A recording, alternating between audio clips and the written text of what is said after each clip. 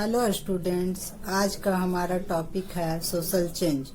सबसे पहले हम लोग जानेंगे कि सामाजिक परिवर्तन क्या है। सोशल चेंज एक विस्तृत टर्म है। थोड़े से सरल भाषा में मैं आपको बताने की कोशिश करती हूँ। सामाजिक परिवर्तन के समाज के आधारभूत परिवर्तनों पर प्रकाश डालने वाला एक विस्तृत एवं कठिन विषय है। परिवर्तन एक व्यापक प्रक्रिया है। समाज के किसी भी क्षेत्र में विचलन को सामाजिक परिवर्तन कहा जाता है। यहाँ पर विचलन का अर्थ खराब या असामाजिक नहीं है। सामाजिक, आर्थिक, राजनैतिक, धार्मिक, नैतिक, भौतिक आदि सभी क्षेत्रों में होने वाली किसी भी प्रकार के परिवर्तन को सामाजिक परिवर्तन कहा जा सकता है। हमारा मतलब उन सब से है जिन्होंने समाज में बदलाव लाया। हमारा आधुनिक समाज आधुनिक प्रौद्योगिकी का परिणाम और उत्पाद है, जिससे हम लोग के करीब आ गए हैं। सोच, व्यवहार और जीवन शैली सब बदल गई है।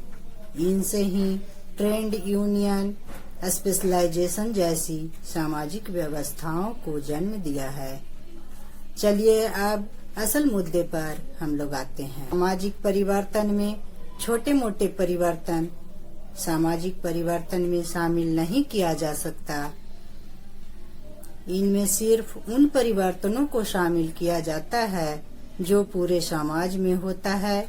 जैसे यदि एक हिंदू परिवार में कोई व्यक्ति बिना दहेज के अपने बेटे एवं बेटियों की शादी करता है, तो यह नहीं कहा जा सकता कि भारतीय समाज में सामाजिक परिवर्तन आया, और वह यह कि इससे दहेज प्रथा समाप्त हो गई। परंतु थोड़ी देर के लिए मान लिया जाए कि हिंदू परिवारों में यदि बिना दहेज के शादी होने लगे और इसे स्वीकार कर ले, तो इसे सामाजिक परिवर्तन में शामिल किया जाएगा। आइए अब हम लोग कुछ समाजशास्त्रियों के द्वारा लिखी गई परिभाषाओं पर नजर डालते हैं।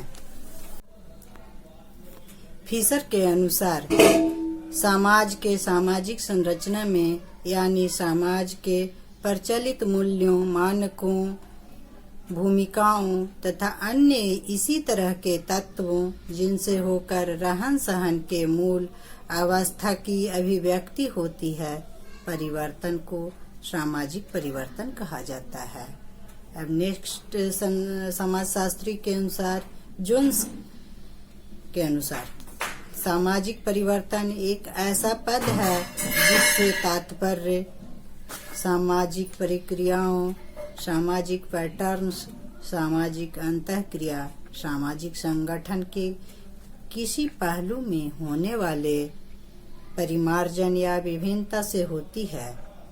नेक्स्ट, मेरिल तथा एल्ड्रेज के अनुसार सामाजिक परिवर्तन से अर्थ यह होता है कि अधिक संख्या में लोग वैसी क्रियाएं करने लगते हैं जो उन क्रियाओं से भिन्न होता है जो उनके नजदीक पूर्वजों द्वारा कुछ समय पहले किया जाता है। अर्थात इन परिभाषाओं और ऐसी कई अन्य परिभाषाओं जिसे अन्य महत्वपूर्ण समाजशास्त्रियों द्वारा समाज मनोवैज्ञानिकों द्वारा दी गई है, का विश्लेषण से हमें सामाजिक परिवर्तन के मूल स्वरूप के बारे में कुछ महत्वपूर्ण तथ्य पता चलता है, जो निम्नलिखित हैं। पहला, सामाजिक परिवर्तन मूलतः समाज के सामाजिक संबंधों में परिवर्तन की ओर संकेत करता है। दूसरा, परिवर्तन में यह जरूरी नहीं है कि समाज के प्रत्येक व्यक्तियों द्वारा स्वीकृत मूल्यों, भूमिकाओं तथा मानकों में परिवर्तन आए। उसके लिए आवश्यक यह होता है कि समाज के अधिकतर व्यक्ति समाज के पुराने मूल्यों, भूमिकाओं एवं मानकों में परिवर्तन करके उसे स्वीकार करते हों। नेक्स्ट, सामाजिक परिवर्तन इस तरह से मूलतः व्यक्तियों की जिंदगी के पैटर्न एवं मूल्यों विस्तृत परिवर्तन होता है। और अंत में हम कहते हैं कि इसी तरह से सामाजिक परिवर्तन लाना है लेखन और नेटवर्क से जुड़कर। आज का हमारा टॉपिक समाप्त होता है। धन्यवाद।